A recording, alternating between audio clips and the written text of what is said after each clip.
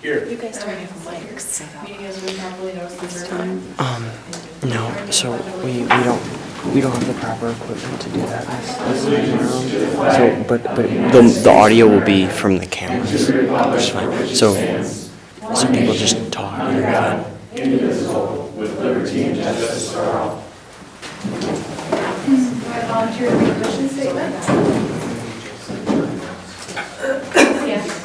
The Mount Horeb Area School District, in partnership with the community, is dedicated to nurturing, educating, and challenging our students, preparing and empowering them to be productive, responsible, and self-fulfilled members of society.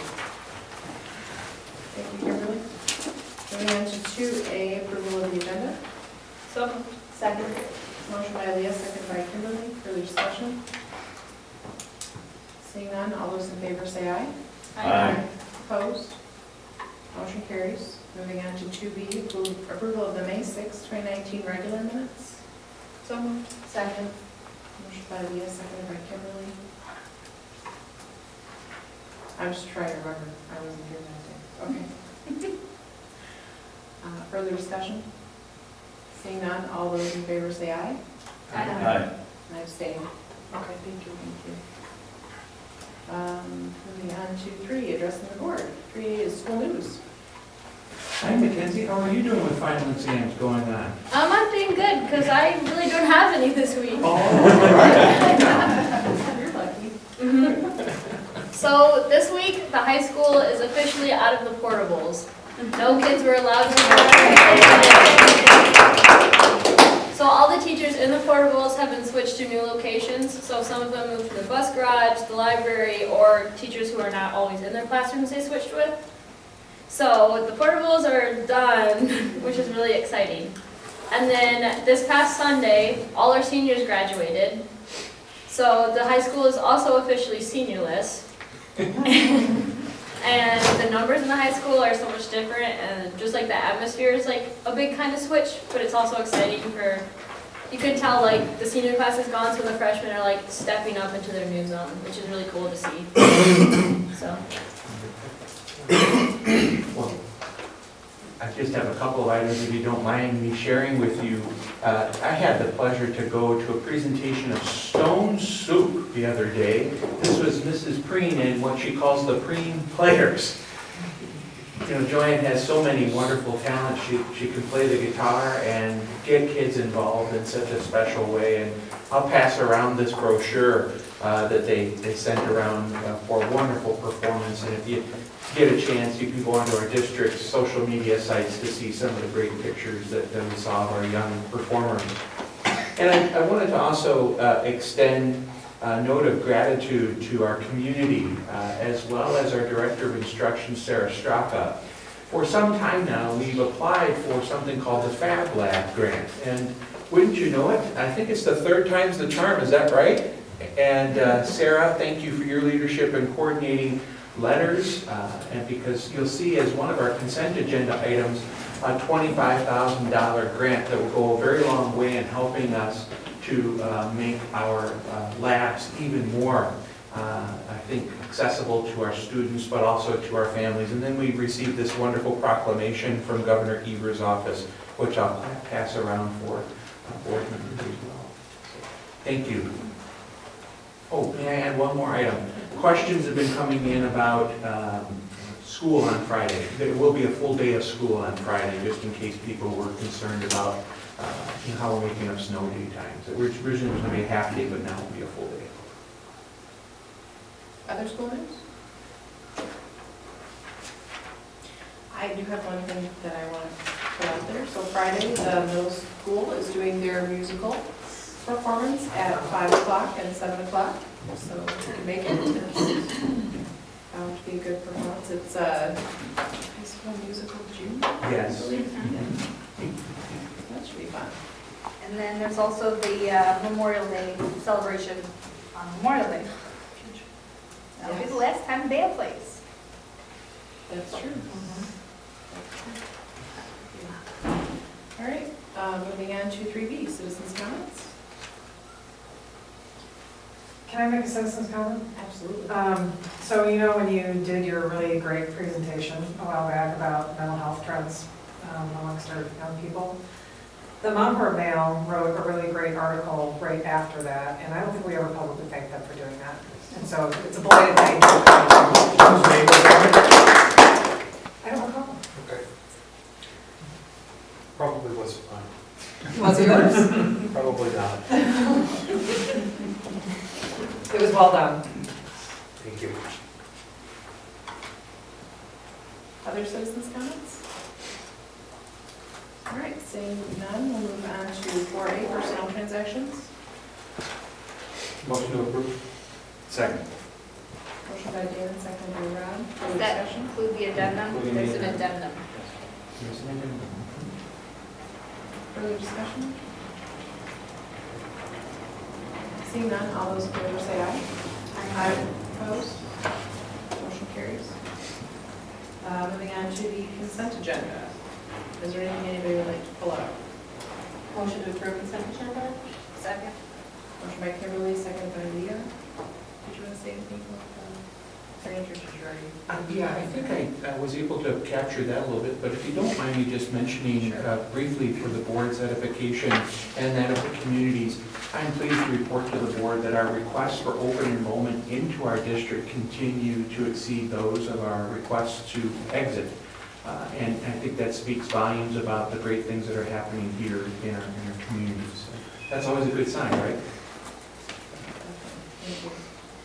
So we have a motion by Kimberly, seconded by Leah to approve consent agenda. Further discussion? Seeing none, all those in favor say aye. Aye. Opposed? Motion carries. Moving on to discussion. Did we want to move that action item? Would that be okay, please? It's all right with everybody. We're going to let Will Jansen talk to us a little bit about action item 7A, consideration of band trip to London for December 26, 2020 through January 2nd, 2021. I will. Hi, well, thank you first of all for moving me up on the agenda and for having me on the agenda. You got a proposal from me, and if you've had a chance to read it, that's great. If you haven't, it's pretty straightforward. I'm happy to go through anything that you would like me to cover or answer any questions, but I don't want to show time when you have a pretty lengthy agenda as it is. So I'm happy to do this in any format that would work for you to get you the information you need. Motion to approve the band trip? Second.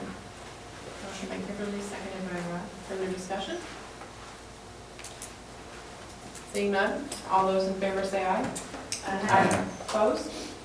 Motion carries. Thank you. And thanks for moving me up on the agenda. Oh, thank you for making this happen for our kids. I know it takes a lot of work and a lot of effort, and here you are coordinating already, so thank you. Yeah. Thank you. Get things moving, so thank I you. know of a couple of volunteer chaperones by the way. Well, we got quite a extensive list, well, we can have more.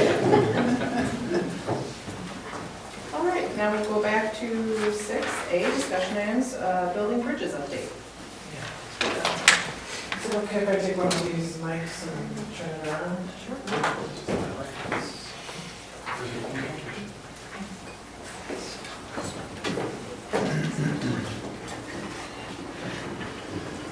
Thank you very much for having us here tonight. So as you may know, we've been, as a district, this is our second year with building bridges. And so we're really proud of the work that we're accomplishing within the organization. It's servicing kids through kindergarten through 8th grade. And so the three ladies behind us are doing all of the great work, and I'll let them introduce themselves and do a presentation on the data and the numbers and what we're seeing and how it's impacting kids within our district. So thanks for being here tonight. I'm Emily McGonigal. I'm the clinical coordinator for the Building Bridges program. I'm Ashley Carlson. I'm the service coordinator for the Building Bridges program. Trish Grant, I'm the program manager of Building Bridges through Catholic Charities. So a quick overview of what Building Bridges is. We're a short-term 90-day intervention program for students, families, school teams. Students are identified and referred to our program by student service team members at each of Horeb's schools. So like Ryan said, we serve students 4K through 8th grade, and what's been really awesome about this year is the student service teams at all the schools have come together to identify the list of students who are who they're seeing as the highest level of need. So instead of like each school getting a certain number of students for a referral, they're really doing a great job of prioritizing which students have the most significant needs that might be able to benefit from our services. So we meet with school teams, families, and students, and we offer sort of different levels of intervention depending on what the students' needs are. Well, and what's nice about the Building Bridges program is that Emily, as the clinical coordinator, can focus on the school team and the student, the referred student, at the same time as Ashley, as the service coordinator, does a lot of work in home with the parent or guardian. And so we are really doing the nice wraparound for the 90-day program and focusing on all the important parts of this kiddo's life. And the other really nice thing is that even though we're a 90-day program, it's not like when those 90 days are up, we're just out of that student or family's life. We always do a 1-month follow-up and a 6-month follow-up. And what that looks like, because right now we're closing our spring semester cases, is the 1 month, instead of being in June, will be at the beginning of the school year, and the 6th month will be in December. So we're sort of continuously checking in with students and families to make sure that they have the resources that they need so that the student can be successful at school. And so this year, we've served 18 students in round 1, referring to this document up on the screen. In round 1, we served 8 students, and in round 2, we served 10. And so of those 18 students, we had a total of 47 goals, and we met 41 of our 47 goals. And those goals really vary, so there is a copy of the service plan floating around if you want to review that at another time. I can always share those with Brian too. Of those students, at the very bottom of this document, we have some results of our 2017-2018 students. 15 of the students that we served last year were connected or had mental health services in place, and when we did our 6-month follow-up, 14 of those 15 students were still connected with mental health services. This year we've connected 12 of our 18 students and families with mental health services, and we don't have the data for the 6-month follow-up yet, but I think that's a pretty great. Out of 18 students, we've connected 12 with necessary mental health services. So the other data I won't go through in detail, but we have the breakdown of gender, race and ethnicity, grade levels that served, and then the percentage of contact hours. And the reason that those percentages are so different is because students' needs are different. So like in the first round, you can see it was sort of equal between students, guardians, and school staff, but in the second round, we had a lot more contact with parents. So it just really depends on the needs of the students that we're serving at the time.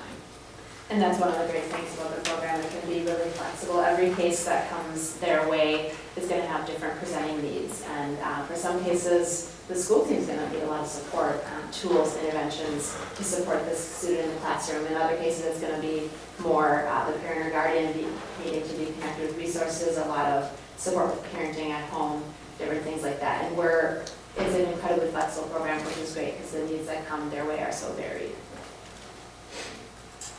So at the end of each round, we send out a survey for all of the school team and all the parents to get some input about how they felt about our program. And we also complete a scale at intake at closing the next 6 months, and that's data that we're calling look at to see how effective our program is working. And we really are asking school teams and we're asking parents and guardians, we're checking in on some of our really important outcomes that we have, such as has their attendance gotten better, does the parent or guardian know who to contact at the school, if they need support. The reason the program became called Building Bridges is we're building all sorts of bridges during our 90 days. We're trying to connect a student with ongoing mental health services, which is no small feat, especially in a more rural community that might not have as many services as, let's say, Madison, for example. We're trying to connect the parent and guardian with the school team. Oftentimes that relationship maybe was non-existent or perhaps it's been damaged, and that's a big source of a lot of the referrals that we get. And that's a lot to ask in 90 days, but these two do a wonderful job, and in some cases progress is small, in other cases it's much bigger. It just depends on how many years has it taken us to get to this point, the complexity of the issues these families face and the students face. Sure. some of our survey data from our parent guardians, we asked numerous questions, but looking at, I felt understood by Building Bridges staff. I was able to decide the next steps to get my family's needs met. I was able to connect with services needed for my family. I better understood what to expect my child at this age. I know where to go to get mental health support. Overall, I am satisfied with the services Building Bridges has provided. So all of these percentages are almost 100. Some are 89 or 90, but the majority of our parents felt that they were satisfied with their services. And then looking at school staff, we asked numerous questions to school staff. Looking at attendance, tardiness, behavior, increased behavior in the classroom, 92% strongly agreed with that. Or, sorry, decreased behavior in the classroom. Increased positive Behavior, right. And then looking at, overall, I'm satisfied with the services Building Bridges has provided. With the 13 surveys that we got, 100% strongly agree with us. And now that we're wrapping up our second year, I can't believe it. We're so grateful to have this partnership with Mount Horeb and with Dane County Human Services. And it's great to be part of a program, great for Mount Horeb to be part of a program that's in almost every single school district in Dane County now. We're going to be adding our 11th district next school year, Monona Grove. And after that, there really won't be many left that don't have Building Bridges. And these ladies benefit from all the other Building Bridges staff. There's 24 of them, and they can share resources, share interventions, support each other, consult on cases. There is really power in that large number of staff that we have. I just can't tell you how much I appreciate all that you've done for our school community, not just our families, our students, but you have built deep relationships with our staff as well. This concept around continuity of care, you live it, you breathe it, and as a result, we see here tonight that you guys are really just moving the needle. So thank you for what you're doing. You are really just doing amazing work for our families. I have a question too about the summer. Realizing you've only done this for 2 years now, but have you found that summers is a time where some of these kids will struggle and you see them again in the fall? Have you noticed that at all? So part of our program is we really try to strengthen up the parents and school team, but we try to get students involved in several activities over the summer, connected with mental health, things that will be set up right in the fall to help that transition back. So just empowering the family so that they can better, support. And then we check in the fall, and so if things have declined, we're able to step in a little bit and help boost it back up and give the new school team some support on how to support that child. Okay, thank you. One of the other pieces I thought might be helpful to capitalize on is just prior to our conversation here tonight, our Safety and Wellness Committee had a chance to have an even deeper dive. And you said, among many insightful things, you talked about finding the right kinds of families, the right kinds of fit. And so if ever a family is interested in learning about this program, please know that it can reach out to either you or to our Brian Johnson. And if it's not a fit, we also offer alternative options. We work on mental health as well. So it is really about fit. And so thank you, and thank you to the board for allowing us multiple avenues to support it. And we get excited when families come to us about Building Bridges. That means they're advocating for themselves. And they've heard about this service and they want to learn more. And so we love when that happens. It doesn't happen a lot, but now that they will have been around a little bit more, the chances of it happening are higher. You said you're meeting in June? Yeah, so we meet every June at the end of the school year with all Building Bridges teams, and then we'll get all of the data, the surveys, kind of all the final numbers on how this year. Can you just maybe keep in mind when you meet, are there any resources that we should be considering that would be helpful, any little stumbling blocks or obstacles that you haven't already been able to work out through the student services team that we could address, whether it's resources to provide at the district level, or building levels, or access to the students based on the schedule, or a place to meet in the buildings, or any things that I wouldn't even know enough to know what they might be. Yeah. Hopefully we hear about those. Yeah, that'd be great.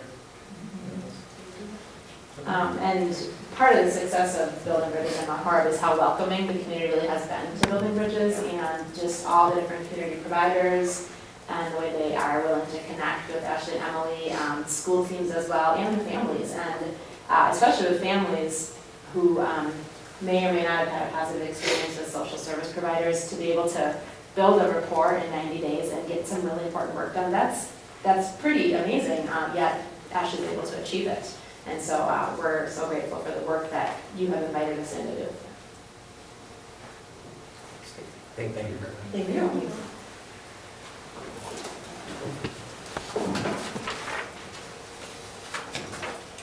All right, moving on to 6 information and advocacy report. Mr. Johnson. Yeah, thank you. All right, so this information advocacy report is really focused, again, on well-being, which I really appreciate that the school safety is under well-being, right? Because it has so many components that are attached to that. And so what we really tried to focus on is, when we're looking at improving school safety, what are the preventative work that can be done, right? So everything that I've done before in my information advocacy reports, the mental health supports, all of those components really tie back to school safety. If we're not doing those pieces, and we're just, putting extra locks on doors, that doesn't do anybody any good. And so it really is all encompassing of students. And so this report, hopefully, you were able to read it. It's short, but it's really meaty, because there's some big things that got accomplished this school year, really big components. And so when we talk about improving the practices and policies, the biggest thing we could have done, which was change our entire way we do critical incident response, we did this year. And so we were previously practicing, and we've had lots of meetings about this and lots of forums and parent meetings, but we were doing the, somebody's coming in, and then we shut off the lights, lock the door, and hide under desks. And we were doing that a year ago. And that model has completely shifted and completely changed to a run, hide, fight type model. We went, which we presented at the beginning of the year, we went from a binder and multiple pages emergency guide to a 1-page. This is how we do business. And so we provided a copy of what that looks like. You've seen it.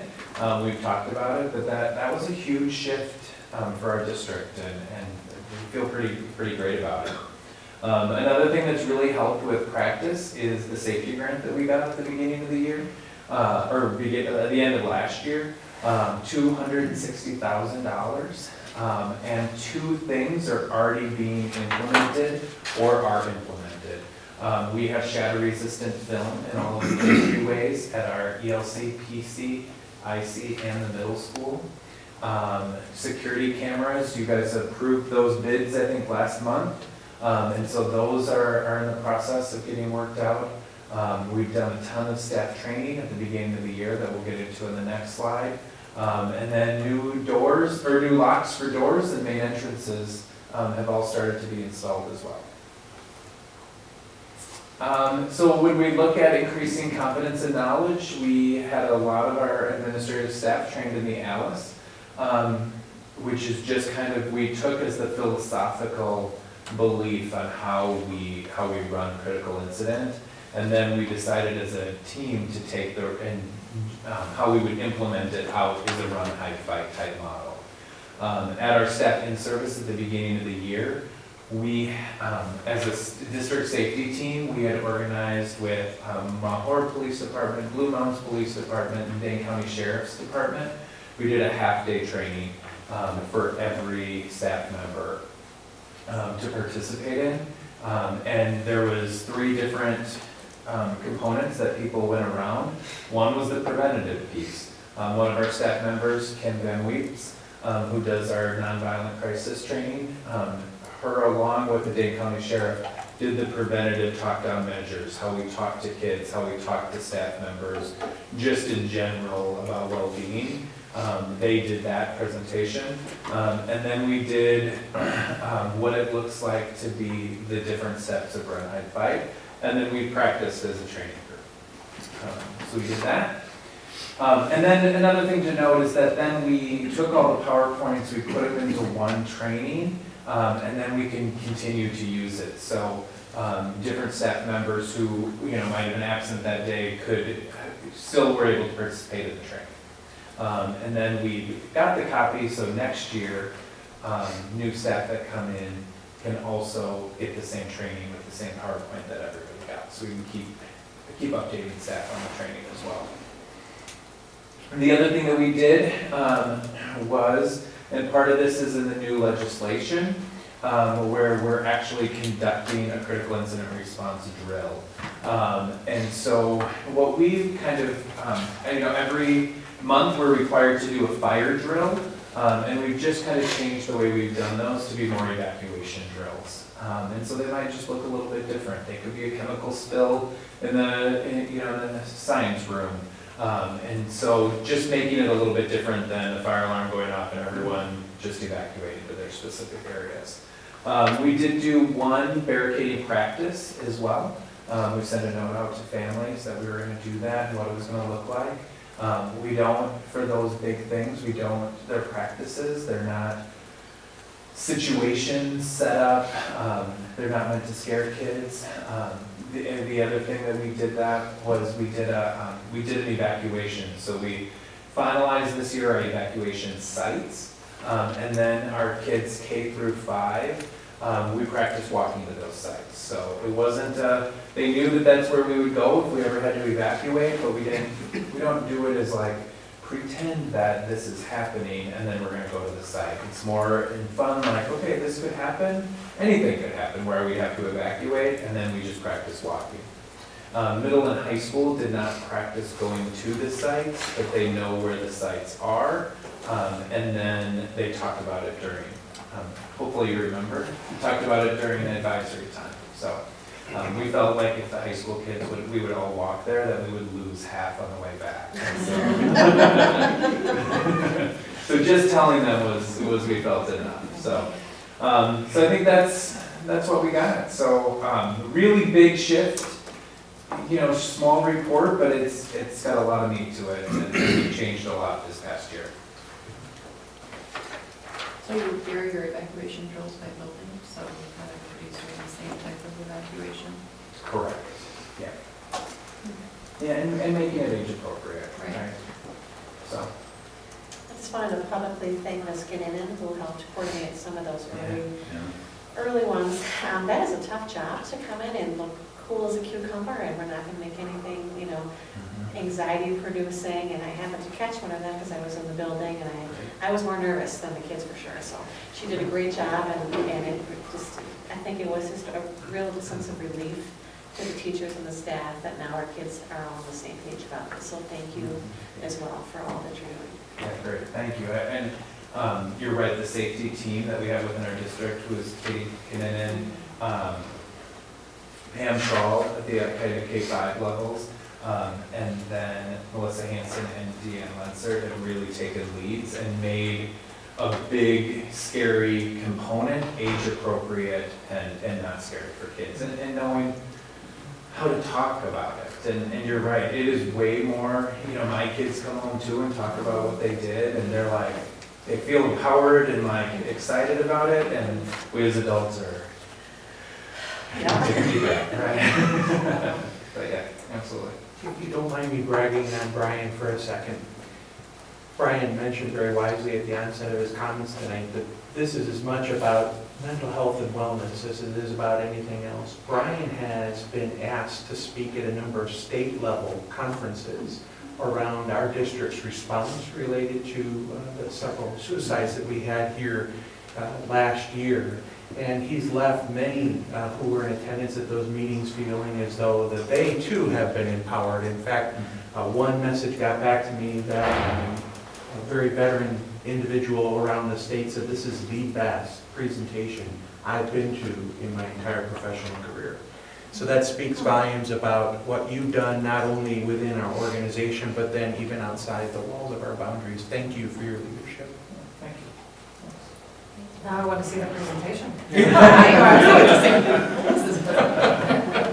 It was just, you know, a lot of it's the pieces that we've done, right? I mean, it's you know, when we talk about last year, what we've gone through, when we all went, you know, when we found out that Matthew had died by suicide, we all got in a committee room and we said, what's our next steps? And we didn't have a policy in place, and so we kept track of everything we did throughout the first day, and then the second day, and then the third day, and then what we've done since then. And that has been extremely helpful to multiple districts, just to have a base on how to help support kids and families. And so it's that, but then it's what do you do a year from now? And you know, I've still told people, I still feel like we're just starting to get out of crisis mode, and it's over a year later, but we're still really raw, and it's for everyone involved. And so still treating it that way, and the trauma and the emotion that comes with it it still has to be addressed in that manner. Thank you. All right, moving on to 6C, Information and Advocacy Report. Mrs. Straka.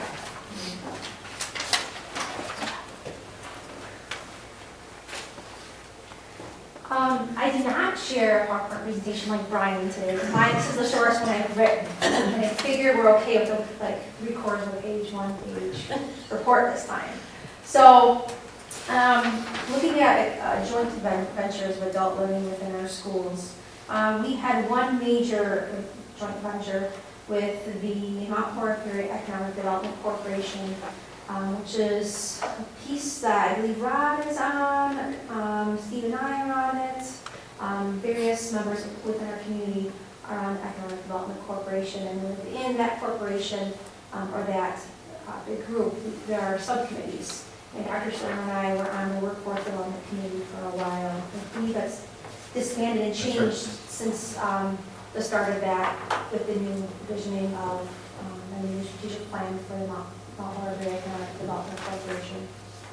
But within that work, Steve Brunville headed up, looking for a way for the school districts, for local businesses, for our chamber to bring some adult learning within Mount Horeb. Mount Horeb High School was the home base for that, where an Excel course was offered through Madison College. As the report states, there were 8 adults who went through that Excel course and completed it. At this time, we don't have another course set up at Madison College, but Steve Brunville is very interested in continuing this on, especially with our work with the Chamber of Commerce to promote it, to have a registration system set up and things like that. I think until we figure out how our new space looks at the high school and get through that process, we're on hold a little bit, but we'd like to start those efforts again, offering our beautiful new high school space to be a place where adults can come for continuing that. Along with the new high school space, then, Dr. Salerno said we received the BALAB grant from the Economic Workforce Development. And as part of that, within the grant, we wrote about providing access to that BALAB space in our school district to community members to come in and use the equipment, to learn from the equipment, have some partnership with the recreational departments to offer classes for parents, families, kids, those kinds of things. So we're on hold a little bit until we can get that space up and running at the high school, but I think our high school is definitely going to be a hub for more opportunities to bring outside community members into the high school. Thank you. Questions? I think there's one other thing that you can include in your record of community engagement. And the schools were very, very involved in planning and executing the meeting that included the village, the chamber, and the EDC. So there are the 4 groups that met met one night. It was a terrific meeting. It's going to be an ongoing meeting. I think that can be reflected in your record. It's something that Dr. Salerno was very, very active in. Rachel? Next year's report. Next year. Other questions, comments? Thank you, sir. See you next month. Couple weeks at the next one. That's right.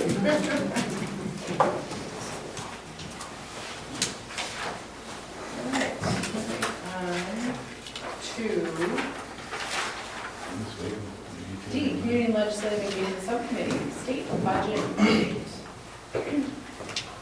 Thank you, Steve. Good evening again. So our work continues responding to the unfolding state budget over in the Community and Legislative Engagement Committee. We're now finally hearing some news out of the Joint Finance Committee, which has begun responding to Governor Ever's budget with some figures of its own. So we thought that this month's update from that committee should be to highlight and tell you what we know now. So to step back just a bit, I wanted to review some of the selected K-12 proposals that are relevant to our own school district that we've been tracking. So as you know, Governor Evers did suggest $1.4 billion of total increase for K-12 funding. And whenever I say that number out loud, people are shocked because it sounds so large. In reality, it's a 10% increase over our current budget. He has also called for a return of the state requisite 2/3 funding. He plans to do this by transferring high poverty aid into the general equalization aid, as well as increasing the low revenue ceiling. That's been something that's been on Horeb's mind that would be extremely helpful for us here. Partial school revenues, just to review for the public listening, that's a traditional measure for state support. So that would include both the state aid budget package as well as the local property tax levy. Pardon me. Next on his list of proposals was fully funding 4K. That's part of the early childhood growth goals that we're hearing more of, both from bipartisan support this cycle as well as a lot of our local elected leaders who are starting to recognize the value in educating and funding early so that will trickle up as they age. Into specific numbers up there, these numbers haven't changed since his original proposal. He's still called to set a revenue limit adjustment of $200 per pupil in the 2019-2020 year and $204 in the 2021 year. Revenue limit adjustments would then be aligned to the Consumer Price Index starting in 21-22 as an inflation measure, which would also be a drastic change from what we operate under now. As well as I mentioned, increasing that low revenue ceiling. Currently it's at $9,400. Looking to bump that to $9,700 and then finally tap out at $10,000 in 2021. That would generously help the state's lowest spending districts such as our own. We've also talked a lot about the board table already, about Governor Evers' hope to increase special ed reimbursement. He's still looking for 30% at year 1 and 60% at year 2. Without this increase, I'm sorry to say that the reimbursement rate would be projected to drop below 25% in the near future. He's also called to increase the reimbursement rate for high-cost special education. High cost meaning any student individually that's costing the district more than $30,000. So right now we get reimbursed a year later for that at 90%. He's calling to do the full 100% for those high-cost students. And lastly, we've all been very active in advocating for increased mental health funding, which he has proposed specifically by a variety of measures, and that would be a minimum of $63 million.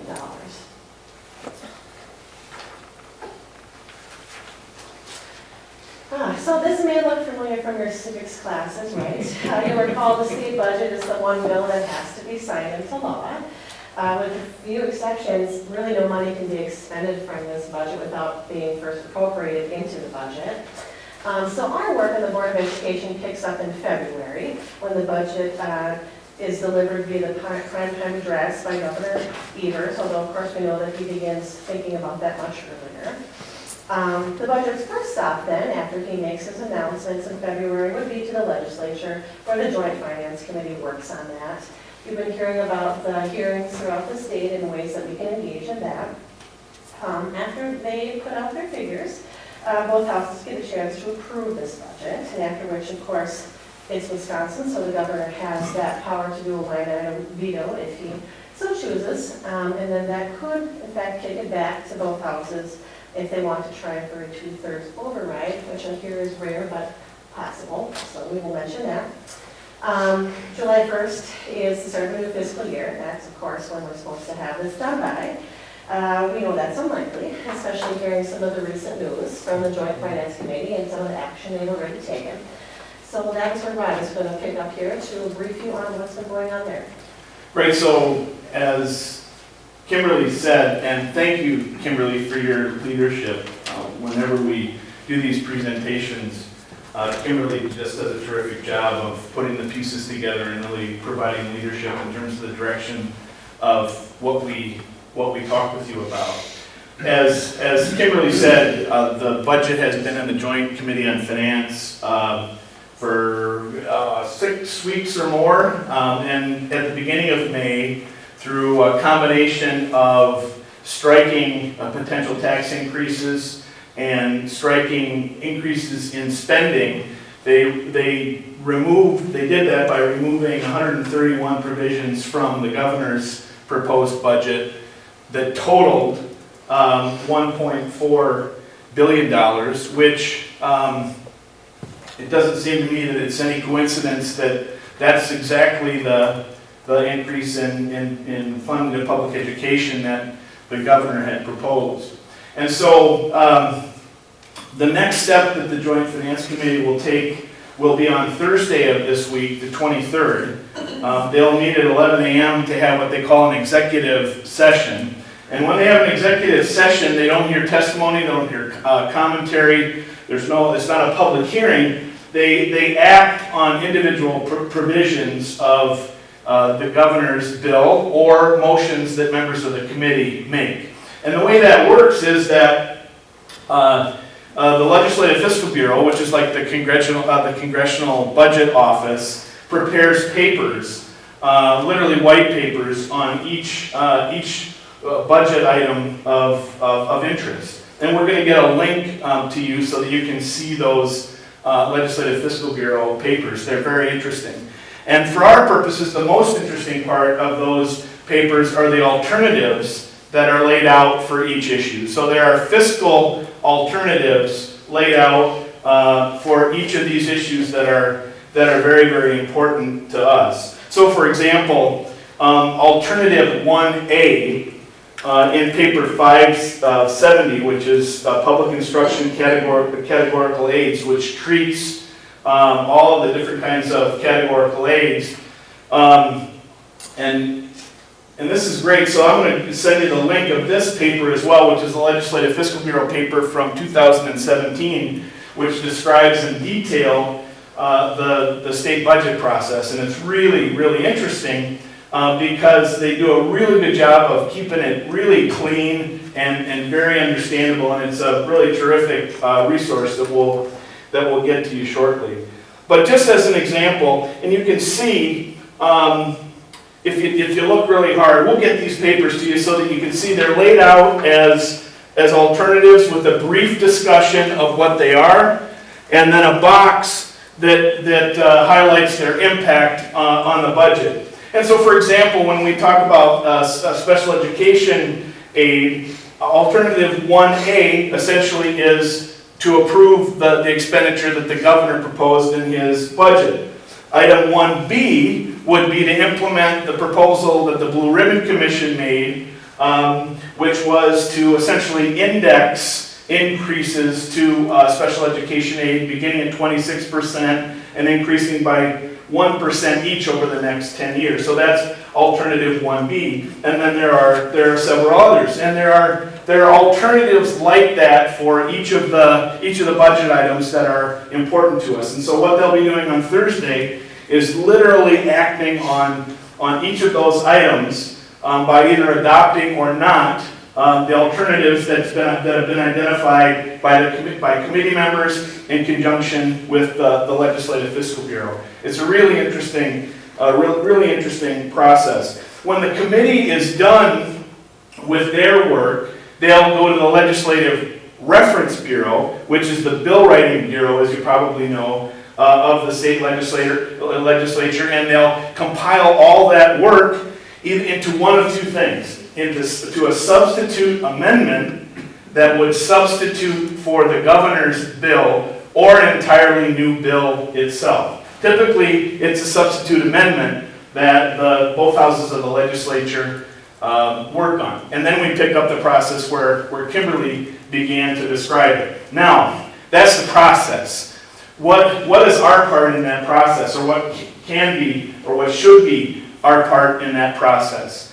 We're going to get some information to you here tomorrow morning, and we'd encourage all of you to please email the Joint Committee on Finance, and we're going to get you the names of the particular alternatives that are very important to us, so that we can specifically say which alternative is very, very important to public education. We've got a letter that Dr. Salerno drafted that we can use as a template, and then we can attach those advocacy for those specific alternatives to that template, and we'll get emails to the Joint Committee on Finance, and we get those out to them by the end of the day, Wednesday. We'll be heard, and then we'll see what happens on Thursday, and then we'll go back to the committee. We'll go back to the Community and Legislative Action Committee and think about what we can do longer term. But it's so important. It's so important for each of us. And if there are others that you want to encourage to do the same, because we know of the potential damage that could be done to public education if the wrong choices are made on Thursday, if we can encourage others to do that, we ought to do that as well. So I just encourage you to just take 10 or 15 minutes. That's all it's going to take. There's actually a really neat tool that WASB has on its website that allows you to plug in an email, and it goes directly to your state legislators. I don't think that's enough. I think that we as elected officials should be contacting the members of the Joint Committee on Finance directly. And again, I don't think that takes a lot of time. We can cut and paste their emails into an email, and we've got a template, and I'll give you the alternatives, and we should be good to go. But again, I just think we're at crunch time. We're at crunch time now. There'll be another crunch time when both houses of the legislature begin considering amendments. But right now, we're in the process. We can be a part of the process of shaping the bill that will go back to both houses of the legislature. And I just think it's incredibly important. Questions? Thank you. Thank you for all your work on this. And thanks to Jackie's good work, I'll forward also on with Rod and Kimberly's great materials, access to email accounts for each of the folks on joint finance as well. And we've sent that out to all of our faculty and staff too, encouraging them to consider letting their voices be heard. You're right, it is crunch time, isn't it? It is crunch time. Well, thank you to the both of you for your leadership off the Community and Legislative Engagement Team. We're meeting again on Tuesday night at 5:30. All are welcome. Tomorrow? I'm sorry, a big part, a week from tomorrow. Yes, the 28th.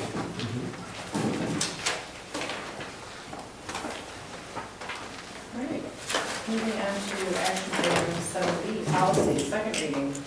The first one is legal age kindergarten pupils, policy 421.1.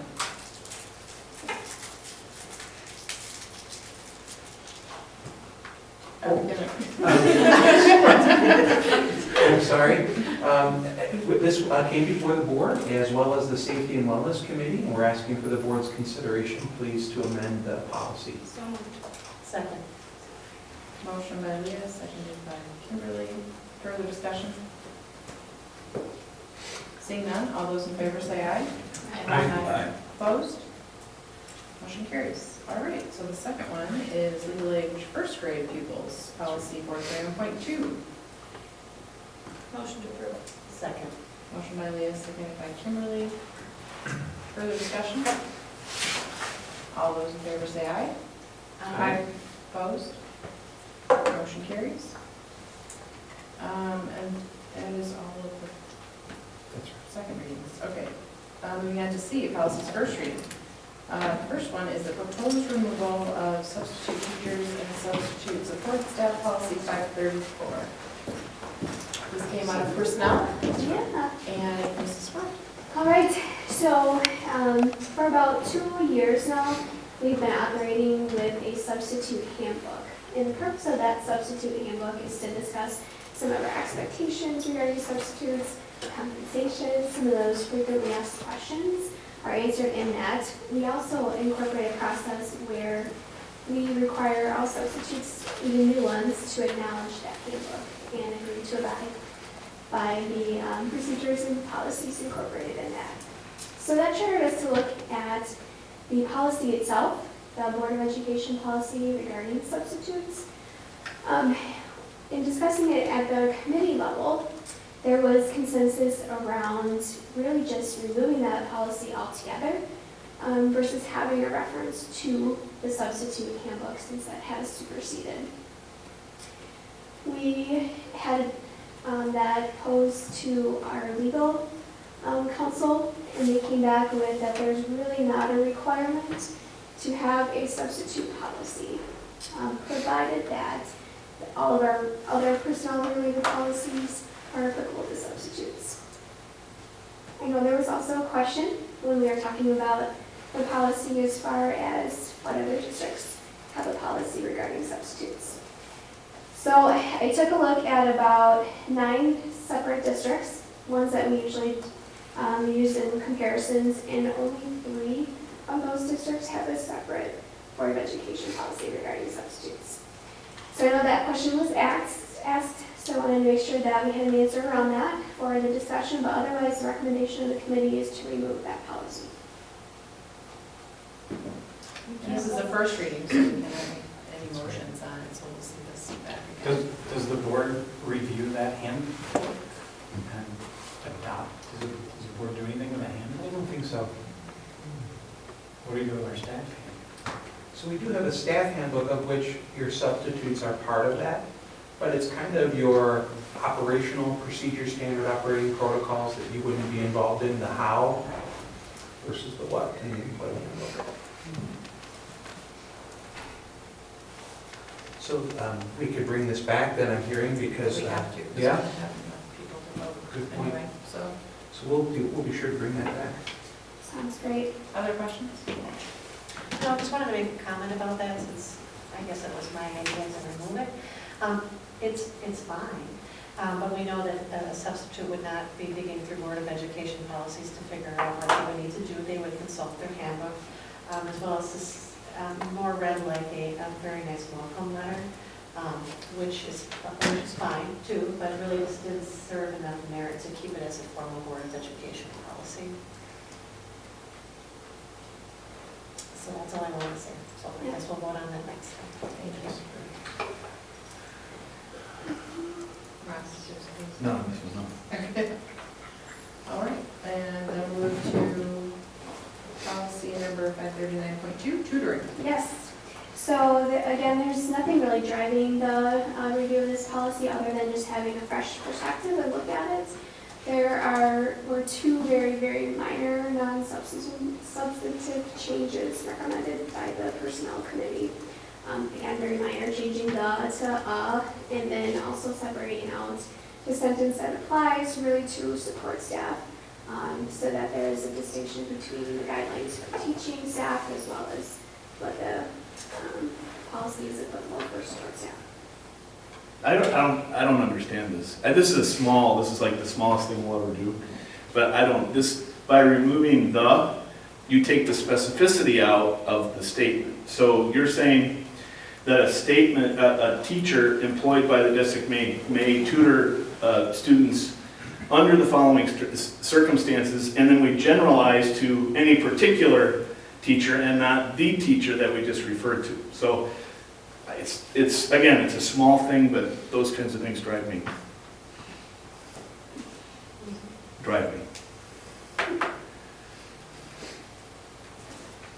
So you'd rather see it say the? Yeah, I think it should.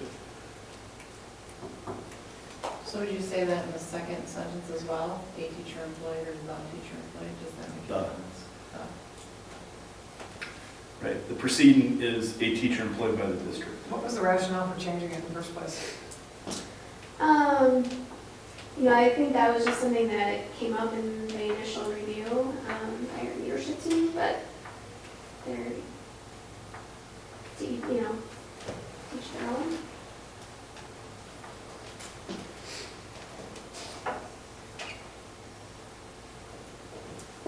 Further, thus is probably better. It doesn't, from a legal context, I don't think it would change anything. But, I didn't know why that was struck out when I joined personnel a week ago, but if Ryan feels so passionately, let's not cause any personal health crisis. Right. Yes, thank you. Now I probably can change it back to that. Would it be okay then if we, since there are no changes to this, just put down along the bottom reviewed on this date, or would you like to see that brought back for that purpose? Do we have to, we don't have to vote on it? No.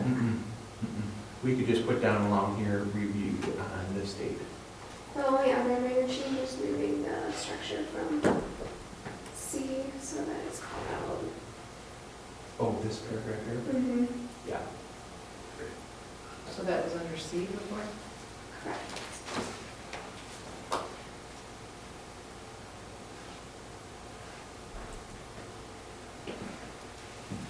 But, we don't have to make that change either. It's just structuring it. What doesn't make sense under C? Because the first, the things that fall under C are a teacher employed by the district may tutor students for pay under the following circumstances, or following condition. Right, it's not. That's not a condition. That change seems valid.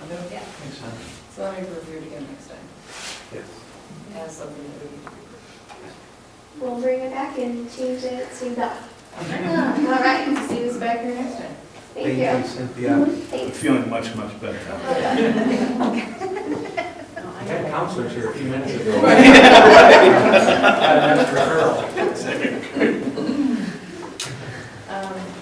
All right, moving on to 7D, policy first reading, full-time students policy, 412.1, referred by the education committee. Every sentence I thought. When you look at the administrative content with what was it called? With the revisions included, it's the one in green print. Most of the changes were just to make it worded consistently between buildings, elementary, middle, high school, as opposed to a substantive change more to make it worded consistent. Okay.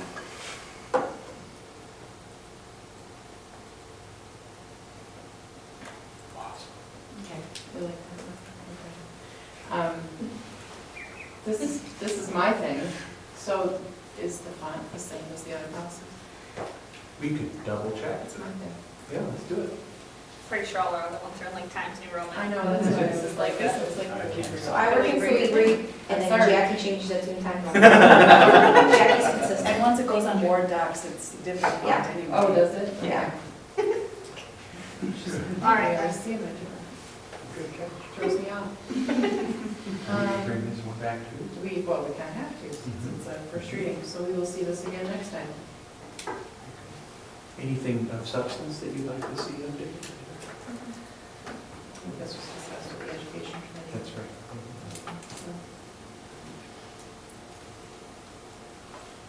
All right, moving on to 7E, consideration of the 18-19 budget revisions.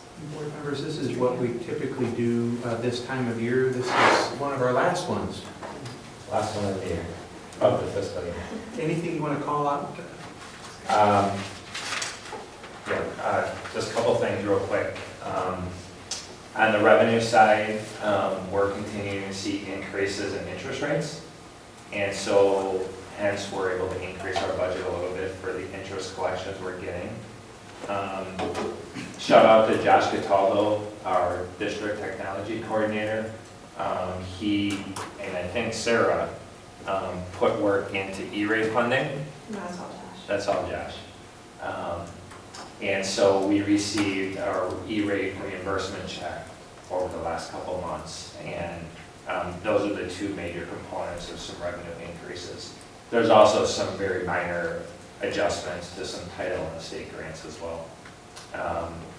On the expenditure side, you heard earlier in the meeting about the portables. And so some of the funds that I budgeted for in instruction, because quite frankly, the portables, the whole purpose was to provide instruction.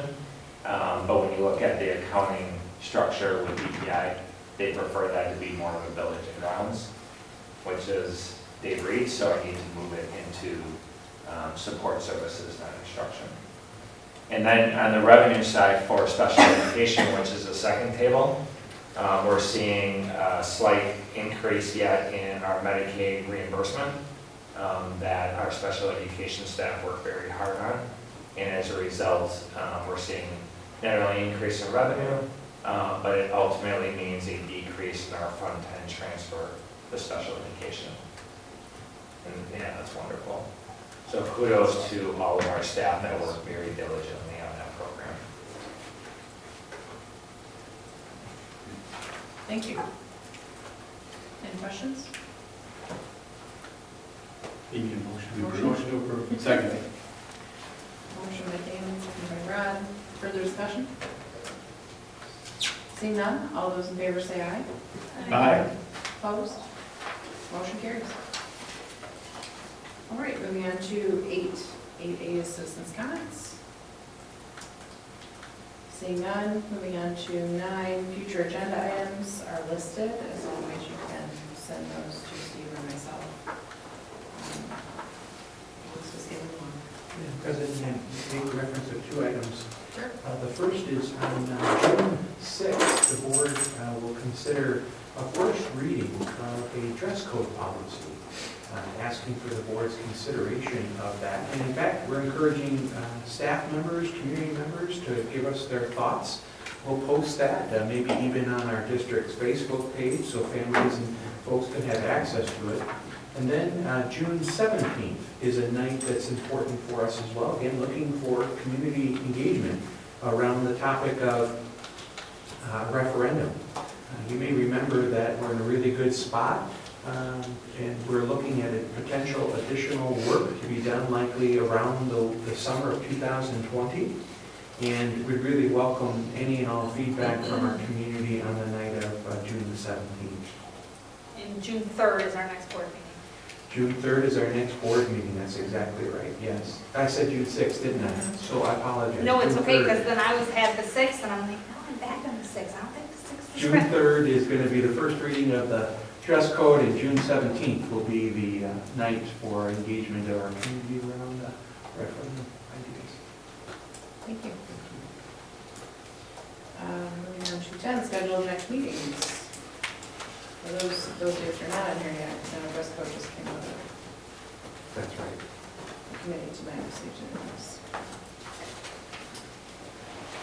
All right, motion to adjourn will now be entertained. So moved. Second. Motion by Leah, seconded by Rod. All those in favor say aye. Aye. Aye. Opposed? We are adjourned. Thank you. So Steve, Greg will have a presentation